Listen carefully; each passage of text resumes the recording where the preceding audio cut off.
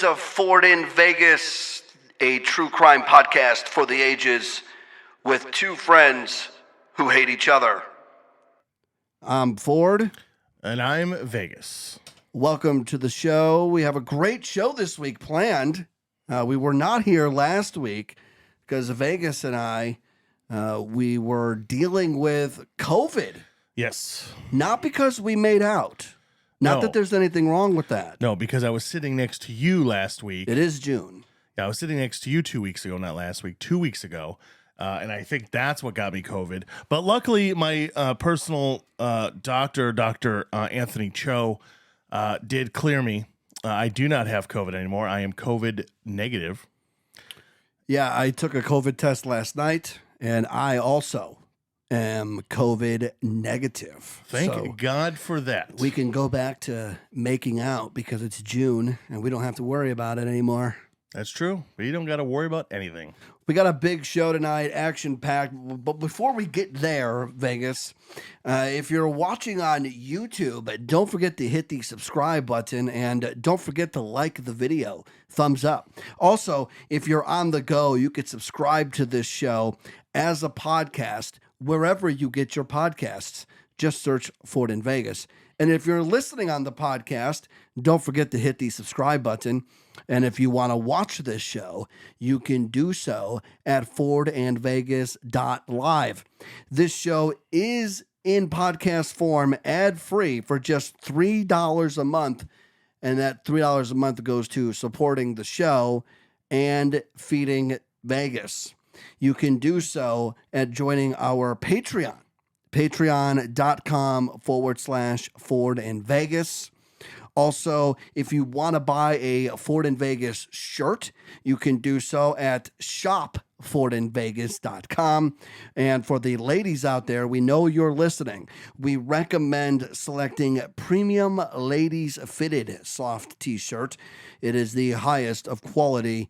And lastly, don't forget to follow the show on Instagram and on Twitter at FVTrueCrime. So there you go. That was a mouthful. Get all that out of the way. Get all that out, ready to go. Read that whole promo. We have an update on what quite possibly is Ford in Vegas's favorite story going right now. Yes. It's taken over of the Lacey Fletcher madness. Kaitlin Armstrong. She's the fugitive yoga instructor wanted in the connection with the May 11 murder of pro cyclist Anna Mariah Mo Wilson in Austin, Texas.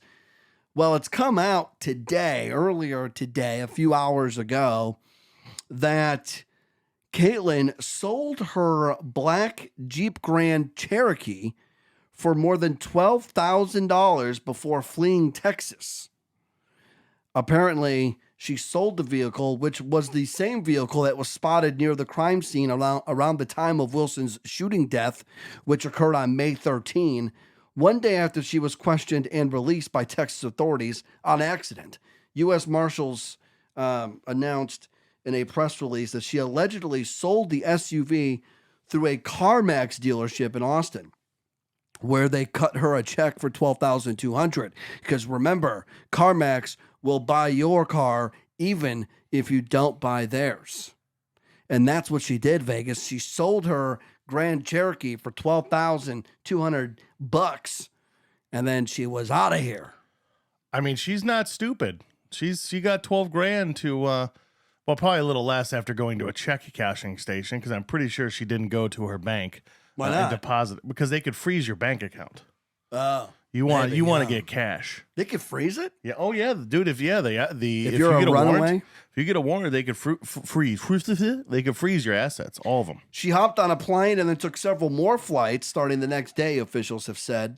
In addition to the murder count for which she was originally wanted, Armstrong was charged federally on May 25 with unlawful flight to avoid prosecution. So you can add that to the tally of charges.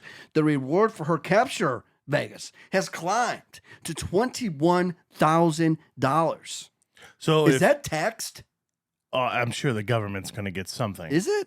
I don't know. I mean, the government taxes everything. I'm Is sure. reward money taxable income, Vegas? I don't know. Can you Google that I mean, while I go through the rest of this? I mean, I could. Thank you. You're my Google guy since you're my producer guy. I'm the only guy. You are the only guy left Yeah. standing. Mm-hmm. Everybody else has been fired. That's because I'm the best guy. Marshals previously described how Armstrong had traveled from Austin International Bergstrom Airport to LaGuardia Airport on the afternoon of May 14. She allegedly boarded flight number WN2262 from AIBA to Houston Hobby Airport at 12:30 p.m. local time, and then took a connecting flight via Southwest Airlines, where she had to choose her own seat, flight number WN30 to New York. Investigators later revealed that Armstrong was dropped off at the Newark Liberty International Airport on May 18, a day after Austin police obtained a warrant for her arrest, but her name was not linked to any of the outbound flights from Newark Airport at the time. So she got dropped off to throw off the scent, maybe. Last week, Fox News Digital spoke with a camper at a secluded sweeping property known as Camp Haven, or Haven for Humanity, in Livingston Manor, New York. The camper confirmed not only that Armstrong's sister, Christine, lived there, but also agents with the Marshals Service had been there to speak with the sister. He also revealed that Kaitlin Armstrong had recently stayed there. Quote, "She was here a while back, right before the whole thing blew up," end quote. The Livingston Manor address appeared on property records in connection with Christine Armstrong, who's 31, on May 17, a source told Fox News Digital.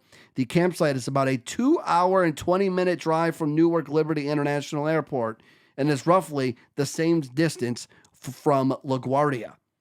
Armstrong's sister, of course, did not respond to Fox News Digital's multiple requests for comment. Marshals confirmed that they were aware of the location as part of the manhunt, but stopped short of confirming that camper's account. Vegas, is reward money taxable? Yes. Son of a bitch. Because it's gross income and it's taxable by a lot. Well, there goes my efforts. Yeah, trying to find Kaitlin Armstrong. If they gave you $21,000, you're taxable. You'd probably get like $7,000 off of that. Wow. Like they tax it heavily. So it really, it also depends on what your income is normally. I assume, if you make a lot during the, during the year on your regular 9 to 5. But yeah, I mean, it is taxable. I'm already a 1099 employee, so they'll probably drag me over hot coals if I help them catch Kaitlin Armstrong. I know, right? Like, it's like, hey, thanks. Here's your reward that you're not going to get much of. The state's probably going to get most of it, state and federal. But I will tell you, though, $14,000 for helping catch a fugitive, that's not a bad payday. No, and you get your name in the news. And, yeah, which would help this podcast. It would, yeah. Maybe we should take a trip to New York. I'm always looking for an excuse to go back. But didn't she go other places, though? Yeah, she's probably in a different country. Yeah, I would think.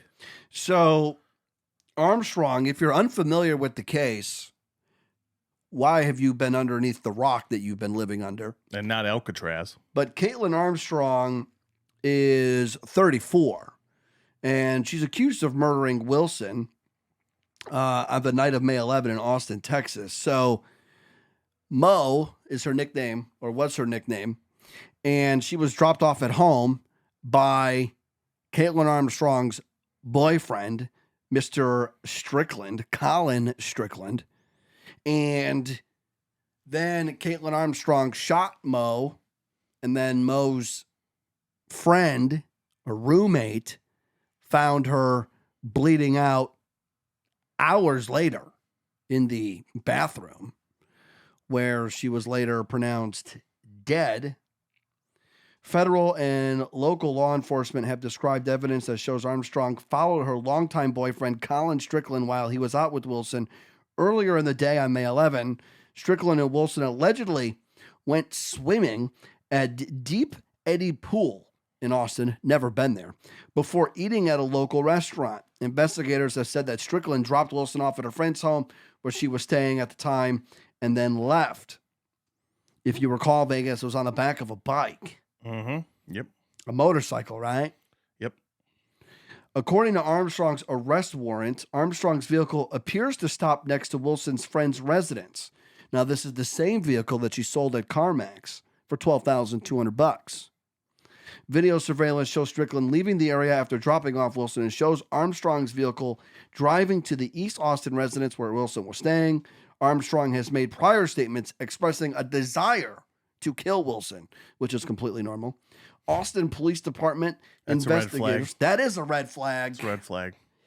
Austin Police Department investigators have linked one of the guns found in Armstrong's home to the weapon used to kill Wilson on the night of May 11. APD homicide detective Richard Spittler, or as they call him on the streets, Dick Spittler, previously said on May 12th, investigators executed a search warrant at Armstrong's home, which she shared with Strickland.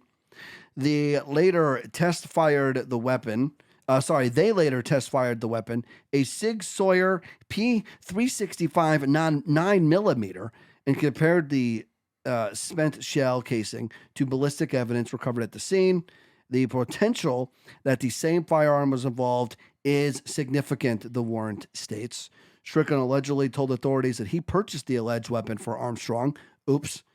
Days before the murder warrant was issued, police had interviewed Strickland and located Armstrong, who was arrested, if you recall, for a misdemeanor warrant out of Travis County from 2018 when she got some Botox and didn't pay the bill of $650.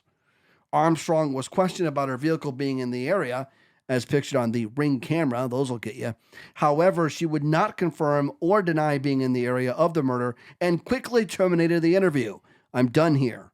She was then mistakenly released from custody on the misdemeanor warrant because her date of birth in the department's report management system did not match the date of birth on the warrant. Oops. Investigators say Armstrong should be considered armed and dangerous, and not just because of her good looks. Vegas, will they ever catch this beautiful killer?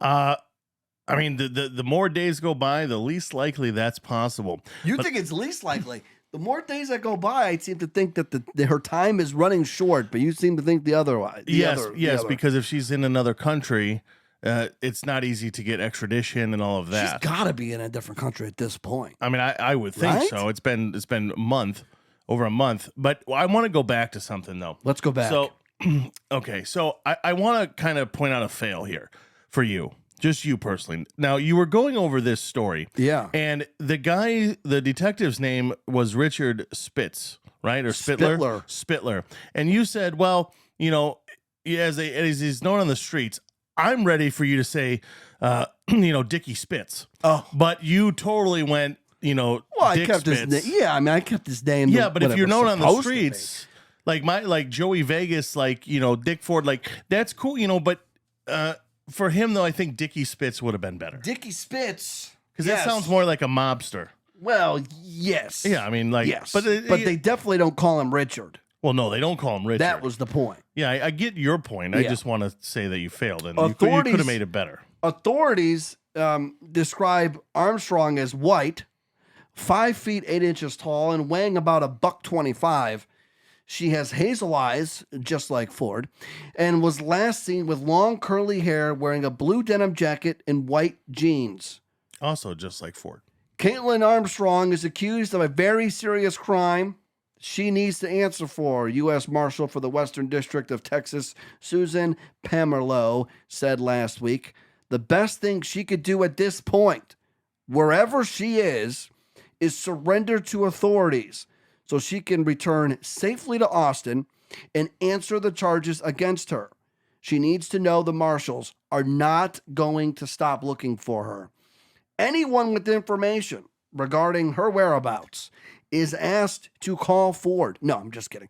You are asked to call the marshals at 1-800-336-0102 or Capital Area Crime Stoppers at 1-800-893-8477. And remember, the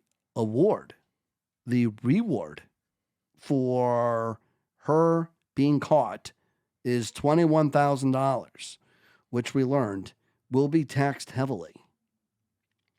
Yeah. Yeah. I wonder every time somebody's out there and the police, do the press conferences and they look in the camera and they say, so-and-so, if you're out there, do the right thing. Turn yourself in. It's the safest thing for you to do. Like, if you're wanted for murdering somebody, most likely you're going to go to prison. Like, it's not a guarantee, obviously, because OJ didn't, but, well, he did later on. But he got his, due diligence there. What is it? His comeuppance. There it is. I was going to say up and comers. He got his comeuppance. Yeah, he got his comeuppance. In Nevada. But yeah, most likely you're going to go to prison. So why would you be like, yeah, you know what? Yeah, I'm going to go back. I'm going to turn myself in because that's the right thing to do. Well, first of all, you killed someone in cold blood. That's not really cool to do in most countries. So, yeah, you're not off to a good start, lady. I think the later it goes, she's going to get away. Well, my only counter to that, Vegas, is you suspect that at some point she's going to make a mistake. Whether she's seen by somebody, she's out and about, she shouldn't be out, she's seen. That's if she's in this country. But if she's in Ireland or if she's in Europe or if she's in Mexico or if she's in Costa Rica or wherever, do you think this story is high on their news? Probably not. No. So I would think, if it's in the States, I agree. I think if she didn't flee, one, she's stupid because she's had all this time and she's had access to airports and airplanes and stuff. Because now if she tries to fly, it's flagged immediately. Yeah, so I think even her sister should be flagged immediately, the name. Yeah, I agree. But so I think if she did leave the country, there's a good chance she'd get away. If she did not leave the country, then yes, I agree that she's probably going to be in trouble at some point. When, I don't know. We will continue to monitor this situation. And in Vegas, I'm almost starting to believe that if Kaitlin Armstrong gets caught and it is not on a Wednesday, let's say it's on a Monday or a Sunday or a Friday or a Saturday, I have this thought that you and I should do a very special show the day that she's caught so that we could cover this, because this has become our number one story since we started doing this true crime podcast. Yes, people are very intrigued by this story. People want to hear about it because it has all the things that you like. Has love, death, murder, jealousy, and now you have somebody on the run, and it doesn't happen very often where you could be on the run and be getting away with it. That chick and that cop and that convict, they were on the run, but I don't think it lasted this long, right? Like, she's been on the run for more than a month. Yeah, I think it was like 2 weeks or 3 weeks. It's been more than a month now that Kaitlin Armstrong has been on the run. She murdered her on May 11th. Mm-hmm. And she's basically been out and running around since what, May 13th or May 14th? Yeah. It's June 23rd. So she's been on the run for more than a month. Yeah. Yeah, she's out there. The truth is out there. She's out there. So I definitely think, if she's listening, please turn yourself in because do the right thing. Who else is out there is Becky Ann Vreeland. She's a grandmother who has been charged with murder after her 3-year-old granddaughter was found dead in a trash can. She doesn't go there, Grandma. She is an Oklahoma grandmother, and she's facing a murder charge after her 3-year-old granddaughter was found dead in a trash can like a prom night baby, Vegas. Wow, jeez. What? That's from Family Guy, remember? Yeah. Yeah. Dumpster. Yeah, I get it, but After, it's harsh. according to a press release from the Oklahoma City Police Department, officers arrived at the home of Becky Ann Veland on Tuesday afternoon. Becky's, she's 60 years old. Upon arrival, officers were told that there was a deceased child at the residence. Officers found the body of 3-year-old Riley Nolan in a residential trash receptacle at the home. The child had obvious signs of trauma to her body. Like, you literally just put her in the trash can. Yeah, like what are they trying? A residential trash receptacle. Like, what do you? I'm thinking it's like one of those, like the big green ones with the lid. Yeah, I could see that, but I mean, she wasn't like stuffed in the garbage can underneath the kitchen no. sink. Well, I know, but you know what we call those, don't you? Dumpsters. Yes, but they want to. It's a residence dumpster. I think it's like the big, like the blue big plastic ones that you used to lug out to the street. Yeah. You know what I'm talking about? Yeah, but still, you could, instead of residential trash receptacle. Hey, man. I mean, that made me sound smart. That's journalism. So there were obvious signs of trauma to her body, clearly. Authorities are investigating when Riley was placed into the trash can. The child had been dead for a period of time, at least, said Sergeant Gary Knight. It hadn't just happened. So the body had been there for a minute. Vreeland, who had recently taken custody of the child, was arrested at the scene. People has confirmed through online records that Vreeland has been charged with first-degree murder and child neglect. Throw that one in there. And she is being held without bond. She has not entered a plea, although it'll probably be not guilty, and online records do not reflect an attorney authorized to speak on her behalf. News of the child's death has devastated the neighborhood. The next door neighbor, Marcia Branham, told KFOR TV that she wished she had done more to help the situation. I could have been some of more assistance for her if she was having trouble. That kind of shocks me. I don't understand it because she seemed like a very hard-working grandmother, and I could hear her play with the children in the backyard. I wish I had paid more attention. Authorities are still investigating the case. Anyone with information is asked to call the Oklahoma City Homicide Tip Line at 405-297-1200. I mean, I don't know what more they could. Any tips? I mean, you have a dead body and a grandma at the house. Yeah, it's pretty obvious who did what. Well, you're assuming, yeah, and I'm sure there was evidence and stuff. But yeah, this lady, like, she just got custody, so this tells me, like, what did the child's parents, like? Did they die?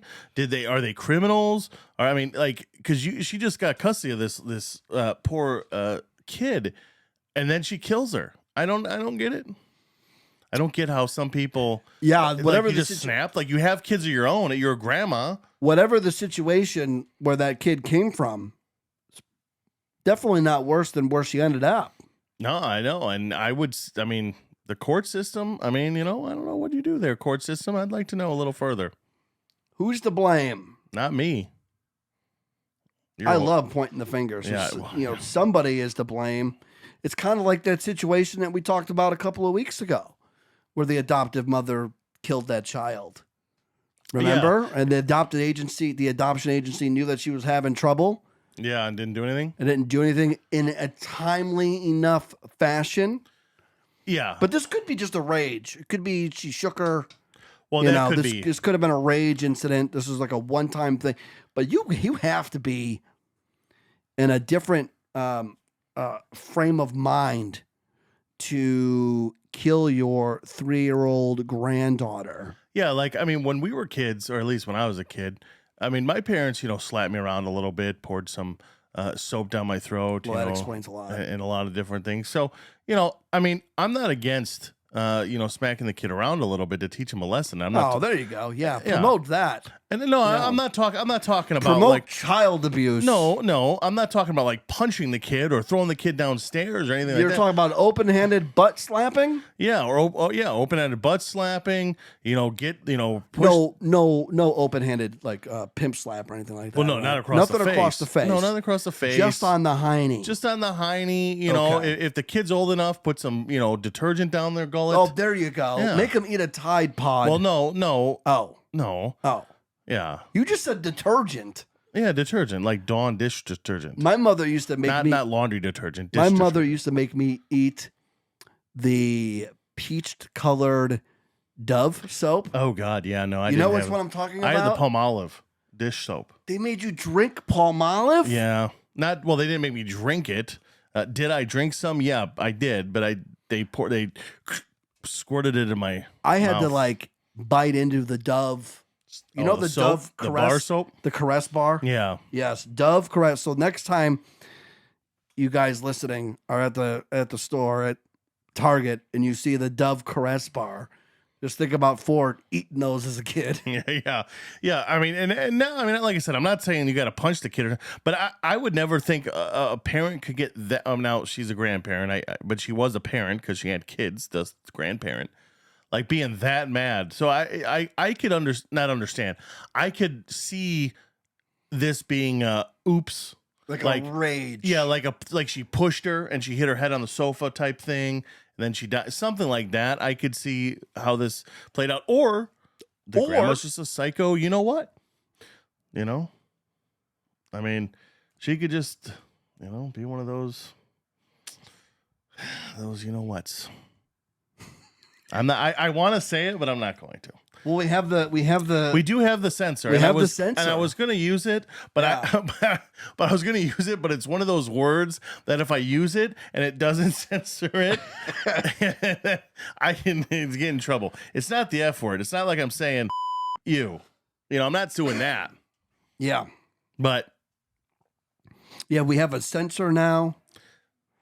We are inside baseball terminology here. We're using the brand new Rodecaster Pro 2. So we have a sensor button. You heard us bust out the megaphone button earlier to start the show. We're high tech here. Oh yeah. My wife says to me, "You do the show once a week. Why do you need a $700 mixer?" And I'm like, "You just don't understand. No. You just don't. She doesn't get it. You just don't understand." Yeah. Why does she need a Gucci? You know who else doesn't understand? Fresh Jennifer Prince? Jennifer Faith. Jennifer Faith doesn't understand. Back in October of 2020, less than 2 months after her husband was shot 7 times in October, Jennifer Faith went on television and said that she hoped the killer would feel guilty and come forward. "I'm not supposed to be widowed at 48, Faith told WFAA through tears. In fact, it was Faith. Her last name is Faith.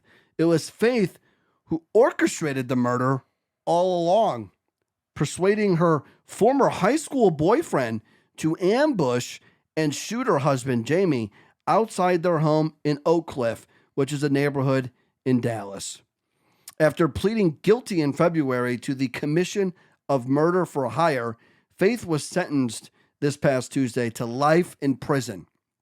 She also was ordered to pay a $250,000 fine and $6,500 in restitution to the family of her late husband, an IT director at American Airlines. What? So why is there so like you have a $250,000 fine? The family gets $6,500. So the government gets $250. Like, why do you fine people and it doesn't go to like the victims? It goes to the freaking government. Miss Faith put on quite a performance in the wake of her husband's murder, U.S. Attorney Chad Meacham said in a statement. But crocodile tears didn't stop the feds.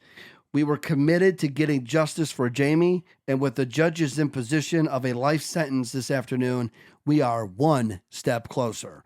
In March of 2020, Faith reconnected with her former high school sweetheart, Darren Ruben Lopez, who told Faith that he was disabled from a traumatic brain injury after serving in Iraq, according to court docs.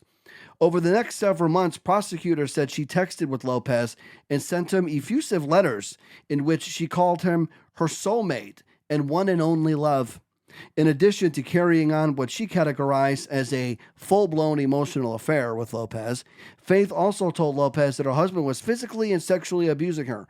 Accusations Faith later admitted were lies.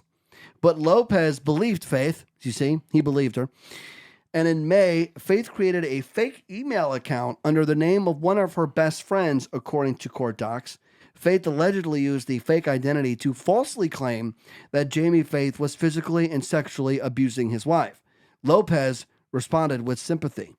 I know I won't feel better about her situation until she is out of the house and away from him, or she lets me put a bullet in Jamie's head.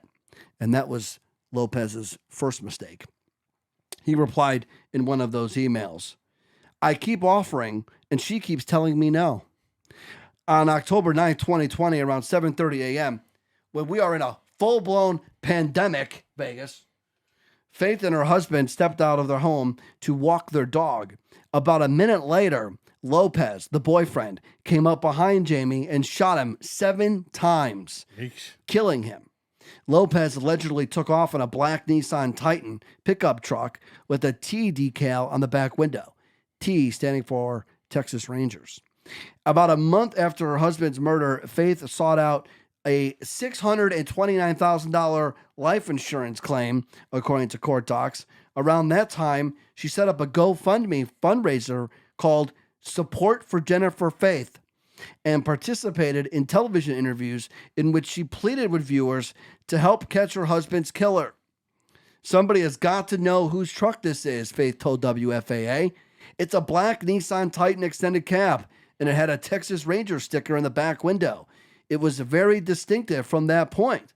But following the interviews, Faith told Lopez to remove the T from his truck, and Lopez eventually did, according to court docs. She also spoke to him about the progress of the life insurance claim, which she said had been complicated by the ongoing homicide investigation. You see, insurance companies are slow to pay those life insurance claims, Vegas, when they surrounded with the homicide accusations, you see. Mm-hmm. Moreover, Faith used the GoFundMe proceeds to pay off credit cards Lopez was using and sent Lopez and his family money and gifts. That's right. She sets up a GoFundMe and then is paying the boyfriend. That is silly. Yeah, there's a lot of issues with that.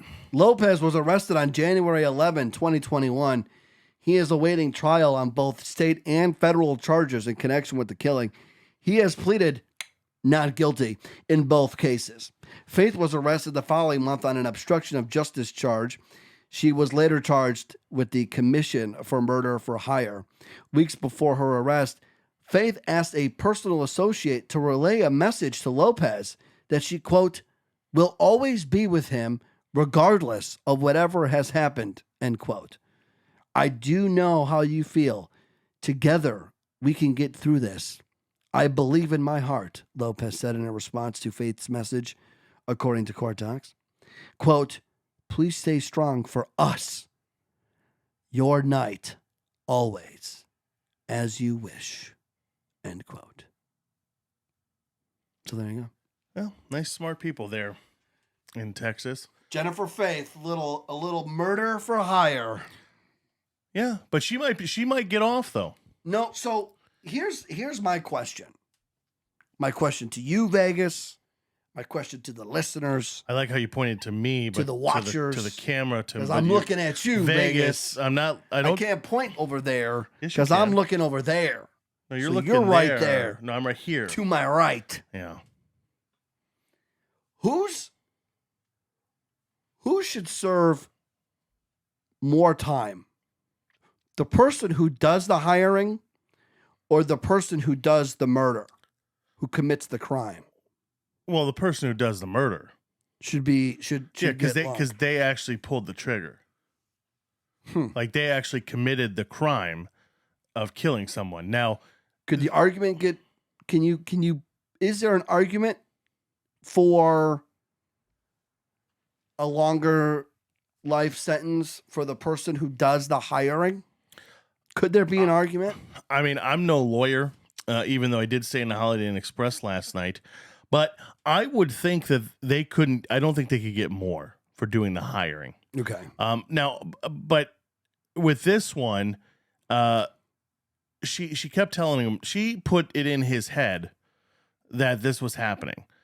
She created the fake email, but she never, but at least from this article that you've read, she never said, I want you to kill my husband. She kept saying, no, don't do it. But I'm sure the wink, wink. At some point, I think it's certainly implied, But that at some point she was like, "All right, let's just do it," because she set him up. I mean, she went for the walk. She 100% set him up. Yeah. But I think that all you need in a trial is reasonable doubt. He being the boyfriend, Mr. Lopez. He was aggressive with wanting to kill the husband. Yes. Because he kept bringing it up. And that's what I'm saying. But she kept feeding into it by making up the abuse lies. Yes, but she kept saying, no, don't do it. So until she said, yes, do it. Yes, until you have concrete evidence that she told him to do it, they could probably... Well, she gets life. If she gets a good... She's getting life. If she got a good lawyer, probably could have got her off. She was sentenced to life. Yeah, could have got her off. You think... But I'm saying I don't know the evidence in the case, but all you have to do is prove reasonable doubt. Well, this is a murder for hire. Yeah. So clearly, she's being charged with having hired him to do the murder. Yes. So it's not even like a situation where he, got jealous and went crazy and then just killed him. Like they're saying, and then, she hired him. He murdered the husband, and then she paid him off with gifts. She set up the GoFundMe. She was sending him gifts. She got his family stuff. So I think maybe that's where the for hire comes in. Well, that's what the prosecutor probably connected the dots for the jury. Yeah, saying, well, she never actually said kill my husband. We don't have proof that she said that. However, by her making these lies up and knowing that this Ruben Lopez, even though Ruben's his middle name, furious enough to actually do it, then after he did it, then, she paid him off. She gave him money. So that's probably where the dots were connected. If I had to guess in my one day as a trial attorney. So they obviously they're both going to end up getting life here. I would assume so. Or she's already got it. His is pending. Well, but again, OJ got off. Who knows? If he's got enough money, which I doubt they do, but if he has enough money and gets a good lawyer, they could maybe get him off where he doesn't get life because mental illness or something. If that's what the plea was, or because of his trauma, his disability from being in Iraq. Yes, exactly. He said he had mental illness. Well, love. Don't say it. So you know where you're going. All right. I know where you're going. But yes, love makes you do crazy things. Oh, you could say no. I was going to use. I know you were going to use something else. I was going to use another term that you don't use these days. I would have had to use the censor button. The censor button. Because I would have used it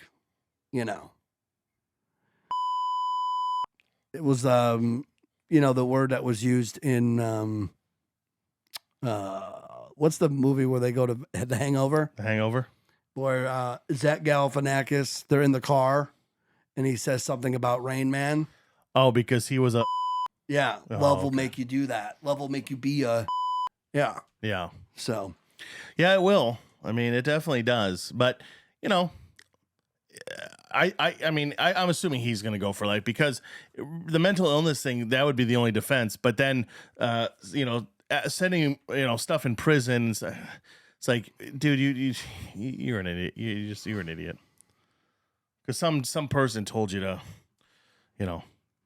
go kill my husband because he abuses me. It wasn't even real. I don't believe anybody. That's the part that'll get you. You could tell me that this water bottle that I have here is almost full, and unless I saw it, I wouldn't believe you. That's the goal of these stories is never believe anybody. I mean, don't trust anybody. I mean, I don't care if they're family. I don't care if they're your spawn. I don't care. Don't trust anybody. At least that's what I would think. We do have every week before we end our true crime portion of this podcast, we like to talk about a cold case, and we do have a cold case to discuss this evening. I was just looking to see if there were any last minute updates on the Kaitlin Armstrong story, and there seems to be nothing currently. So I just wanted to double check. A few weeks ago on this show, we discussed Vegas. Do you remember the murder of 10-year-old Lily Peters in Wisconsin, who was not only murdered by her cousin, but she was also sexually assaulted by her 14-year-old cousin? Yep. So I have a slight update on this. In a letter to the court, the suspect's grandmother, now I don't know what side of the family the grandmother is on, if the grandmother is on the father's side or the mother's side. I'm assuming it's on the opposite side of Lily Peters. I would think so. Because the grandmother has asked the court and the judge to move this case to juvenile court and is asking the court to show mercy. The 8th grade suspect, who is not being named due to his age, is charged in the death of Lily Peters. He faces charges of first-degree intentional homicide. If you don't know this story, they went on a walk in Wisconsin, and the 14-year-old said that he went on this walk knowing that he was going to kill her. Mm-hmm. So that's where first-degree intentional homicide comes into play. And he's also being charged with first-degree sexual assault, and we're going to tack on another first-degree sexual assault of a child younger than 13 because Lily Peters was 10 years old. In Wisconsin, a charge of first-degree intentional homicide automatically places the case in adult court, Grandma. So your letter is not going to get that changed. Sorry. The suspect's grandmother asks for her grandson to be sent to the juvenile detention center so he can get mental help. I think he should go to the chair so that we could lethally inject him. The suspect's attorney also filed a letter to the court asking the district attorney and law enforcement officers to stop talking to the media while this case is active. The next court date for this case is tomorrow. So you could expect a full update on that next week on this show. This is a case that I am following here on this True Crime Podcast. I do research our big cases that we've talked about for future updates, and that is the latest on the Lily Peters. And if you're new here, we are pro eye for an eye. And I think this 14-year-old kid should get put down like an old dog because he killed his innocent 10-year-old cousin. Mm-hmm. Yeah. This dude's sick. I mean, he intended to kill her. He admitted it. Excuse me. He admitted it. That's a slam dunk. We shouldn't even have to go to trial. No, you shouldn't. He admitted it. He said, I admitted it. And then you had sexual relations with not only, I mean, an underage girl, but a dead underage girl, which I don't know if that makes it worse Makes or not. it worse, I think. I think it's like one thing to assault sexually a 10-year-old, your cousin. Your cousin. Well, okay? That's another thing. This isn't a story out of Arkansas or Alabama. I'm sorry, Arkansas and Alabama. Yeah, I apologize for that. We actually have people that listen that live there. Yeah. I know not all of you have sex with your cousin. I apologize. I take it back. But not only do you have sex with your 10-year-old cousin, but you do it after you strangled her to death. Come on, we should put down this grandma too, just for having the balls to write that letter. We should put grandma down. Show mercy. I could see Get out of town. I could see grandma petitioning the court to go to juvenile. I could understand that. But the fact to show leniency? Are you leniency? high? No, grandma. We're not going to show leniency to a kid, a 14-year-old that killed his cousin and sexually assaulted her after she was dead. Sorry, grandma, that doesn't work here. No. The mercy's been thrown out the window. Yeah, this wasn't a kid that's 8 years old and some person threatened his mom to go kill his cousin. No, this is a kid that and if the kid pushed her down and she hit a rock and she died, maybe leniency. He's a kid, but no, he intentionally went and murdered her. And I think he hit her with a branch or something. Like, didn't he? Not a stick, because a stick wouldn't. I can't remember the exact way that he did it, but yeah, he did something. He hit her with something. But yeah, if like he had put her in like a wrestling hold, and she accidentally died, okay, I could see showing some mercy. But he left the house that day going for a walk with his 10-year-old cousin. His 10-year-old cousin, Lily Peters. Lily Peters is her name. She goes on a walk with her cousin thinking that she's just going for a walk with her cousin, has no idea that she's literally living on borrowed time.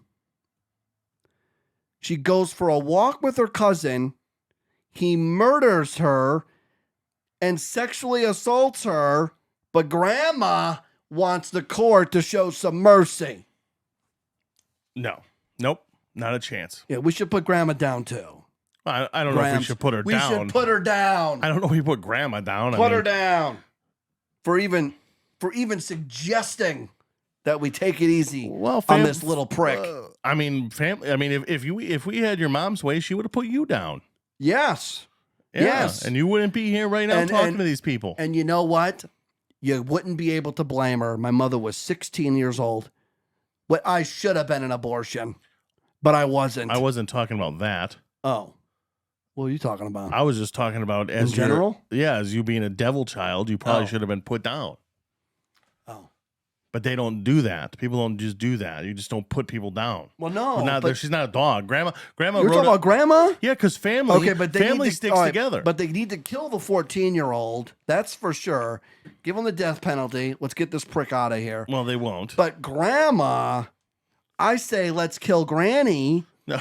Because she is suggesting that we show mercy on a kid that sexually assaulted his dead cousin that he murdered, who was 10 years old. You don't murder the grandma for suggesting something. I think you should. No, you maybe put her send a message. You send a message that we're just going to kill all family members, that all these school shooters that say that the parents are like, listen, no, he's a good kid. There's a difference between having your grandson's back. There's a difference. That's what she was doing. Between having your grandson's back and then asking the court to show mercy and be lenient. Yeah, that's what families do. She had her son's back. I understand that her son is a piece of off head. Off with Granny's head. Yeah, piece of crap. I understand he's a piece of crap, but I'm saying I like that you found the censor button. I did, but you were talking, so it didn't work. But anyway, I because it's almost impossible because you didn't know what I was going to say. But this kid's a piece of crap. She is defending him, just like the school shooters or pedophiles or something. The family members are, he always seemed like it's a nice guy. He's a good kid. He's a good person. But you don't back up. See, again, a school shooter, I can understand backing up. But we're not talking about backing up. We're talking about what she did. asking the court to show mercy on this little prick. Yes, and how many other people did the same thing for their kids? All right. Just because your mom didn't, because your mom didn't show you mercy. Hey, I'm an equal opportunity put downer. Okay, so we'll put Granny down, and we'll put the rest of them down for even suggesting that we show mercy on this little prick. That's his name. His name, we don't know his name. His name is Little Prick. So Little Prick's going to be in court tomorrow, and we'll have an update next week. You should probably stop while you're not ahead. Investigators say a serial killer known as the Times Square Torso Killer has been charged in a cold case murder in Valley Stream from 1968. My mom was 2 at the time. The Nassau District Attorney and Nassau Police announced that new DNA evidence connected Richard Cottingham to the murder of 23-year-old Diane Cusick. Cusick's daughter, Darlene Altman, waited over 5 decades to get some closure after her mother's death. Quote, "I never thought I would see this day. I had given up, but all these people got justice for me and my mother." The Nassau District Attorney's Office says Cusick was going to the Green Acres Mall for shoes, but never returned. Detective Captain Stephen Fitzpatrick says Cusick was brutally beaten, murdered, and raped in her car. I don't know the order in which those events took place, but she was later found lying in the back seat by her father. Cottingham is now 75 years old, and he's already in prison in New Jersey for a series of gruesome murders that began in the late 70s. The murders earned him the name the Torso Killer and were featured in a Netflix documentary that I will later watch. Cottingham was arraigned bedside. They arraigned him bedside, Vegas, yesterday from the St. Francis Medical Center. He, of course, pleaded not guilty. Altman was in court to witness the arraignment. It was very overwhelming that he just had this dead stare. I felt like he was looking right at me. It was creepy, for lack of a better word. If convicted, this would be the 12th murder Cottingham is found guilty of. Police say there are 5 other cold cases that they submitted DNA on to be tested that could also connect Cottingham, and they are awaiting these results. Cottingham claims to be connected to up to 100 other homicides. Vegas, I've never heard of this guy before, but Richard Cottingham is officially connected with 12. He claims 100. So, dude, you're 75. You're already in the hospital. Why plead not guilty, bro? I know, what a dick move. You're never getting out. You're in prison for your life. You've already been convicted of 11 other murders. Okay, you're never getting out. I'm surprised you're not dead yet. You probably should have been dead, but you're not.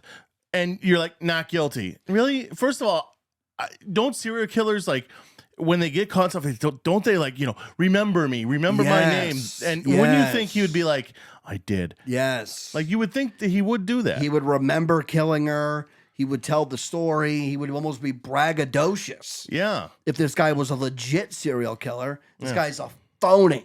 Now he says he's done 100. He claims, Cottingham claims to be connected to up to 100 other homicides. 5 of them have officially been submitted for DNA. Or is he just like... So we could get up to 17, but it's nowhere near 100. No, I think at that point, he's trying to pump up his stats.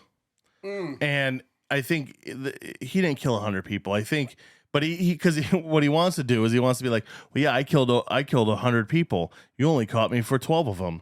It you is know? a dick move, though, to plead not guilty. Yeah, like you're never getting out. This That's isn't a like dick this move. isn't like somebody that's roaming the street, okay, and then he gets connected to murders and pleads not guilty because he wants to try to get out. The slim chance he has. This dude's never getting out. Just say I'm guilty and just be done with it. So, I didn't load up our. I know the thing. I know. I know. I I'm didn't. just gonna load play it the up. regular thing. No, I was thinking you could just play like the air horn or something to get us out of our true crime portion of the podcast. No, I was just gonna play our regular intro. Oh, regular intro. And then I was gonna add some stuff, but you already screwed it up How did I screw it up? because you already spoiled it for the listeners. Well, I mean, Yeah, it's okay. Yeah. You could just play it. yeah. I'll kill you later. Wow.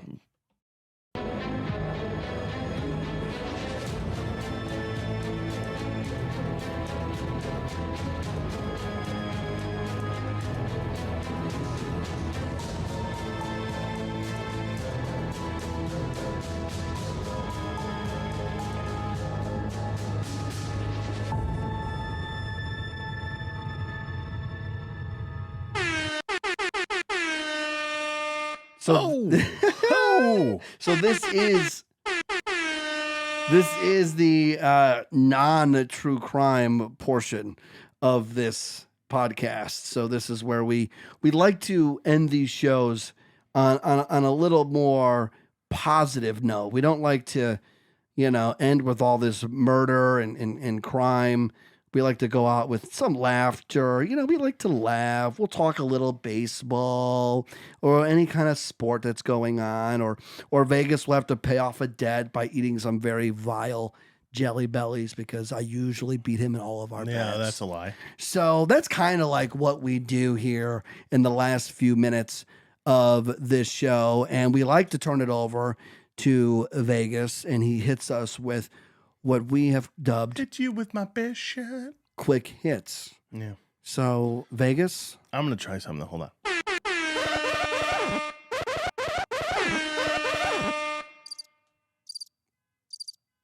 All right. Well, the crickets and the the car horn going off because somebody's I don't think outside the car horn's stealing. going to, I don't think it's going to be picked up. No, it's not. But I'm we just hear saying, it. But we hear it. But anyway, We hear it. The flamingo is on.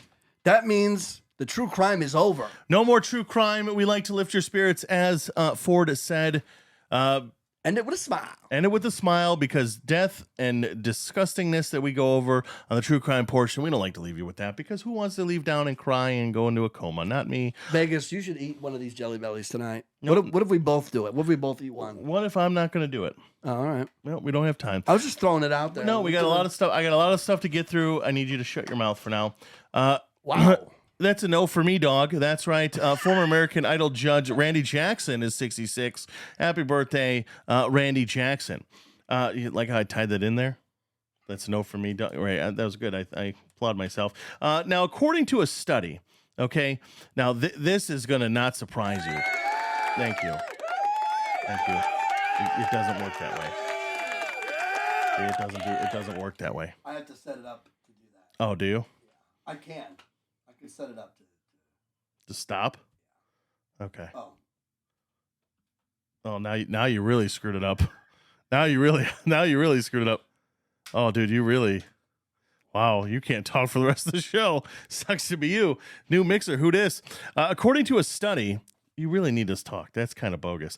According to a new study that calculated the adult portion of the human race collective weight, humanity is 17 million tons overweight.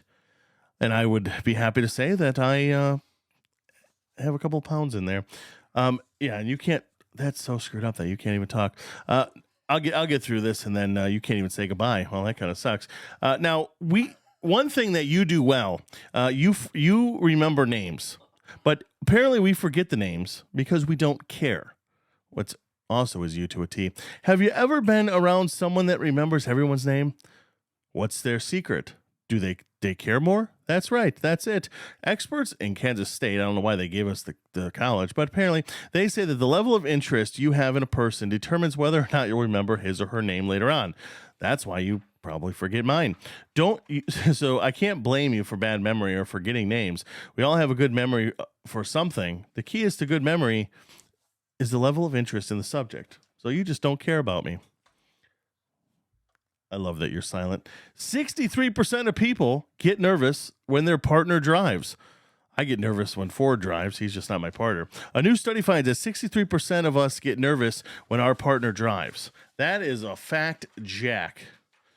That's a fact. Now, this isn't going to be as good with you being on mute because you muted yourself, but some of our favorite oxymorons. We hear these oxymorons every day. Don't mute me because then we're really screwed.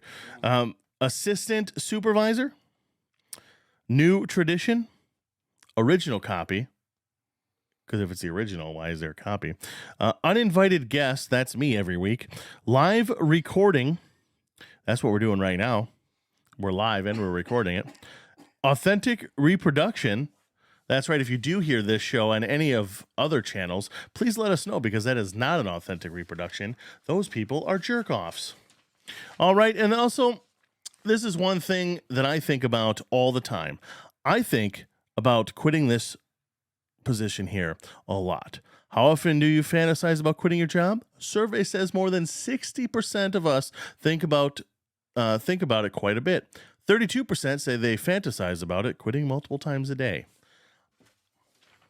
And last, but the wacky but true, this is something we'd like to talk about in true crime, but it's not gory. A car was stolen. A car was stolen twice in one day in Brazil, and authorities quickly arrested suspects both times. The car was stolen early on a Monday. Police spotted it around 10:45 a.m. and followed the car until the driver got spooked and took off on foot. While police ran him down, the car, still running, was stolen again by a totally different guy. This guy also abandoned the vehicle a short time later. And a short distance away after realizing it had a flat tire. Well, guess what? The cops arrested him as well. So that's definitely, you do not want to leave your car running in Brazil because it'll get stolen. Not once, but twice. Well, since Ford is totally immobilized by his own doing, if you're watching this on YouTube... It's not my own doing. Yes. I hit mute, but I can't unmute it. The mixer's frozen. That's not my own doing. I muted it because I needed to take a swig. Yeah, well, you screwed up big time. Yeah, just read that. And thank you, Jeeves. If you're watching it on YouTube, everybody, please hit the subscribe button. Give us a couple thumbs up as well. Also, if you're on the go, you can subscribe to this show as a podcast wherever you get your podcast. Spotify, Apple, Stitcher, everything. There's so many to name. I'm not going to name them all. If you don't know, you don't deserve to. If you're listening to on the podcast, don't forget the subscribe button. If you want to watch this live, go to FordingVegas.live. But I don't think it's up there live because you don't put it live anymore. This show, though, is podcast app free for just $3 a month, which goes to supporting the show. Ford added in the beginning it was also to feed me. However, he doesn't feed me, so he's just putting it in his pocket because he's a greedy bastard. Simply go to patreon.com/FordInVegas. Also, if you want to buy Ford in Vegas merch, you can do so at shopFordInVegas.com. For the ladies out there, we do recommend selecting a premium ladies fitted soft t-shirt. That's a mouthful, but it is the highest quality. Also, follow the show on Twitter and IG or Instagram for the lamos at FV True Crime. All right, that is it for myself, Joey Vegas, and the host of the show, but not this section because he muted himself. Dick Ford, thank you everybody for listening, and we will catch you next week.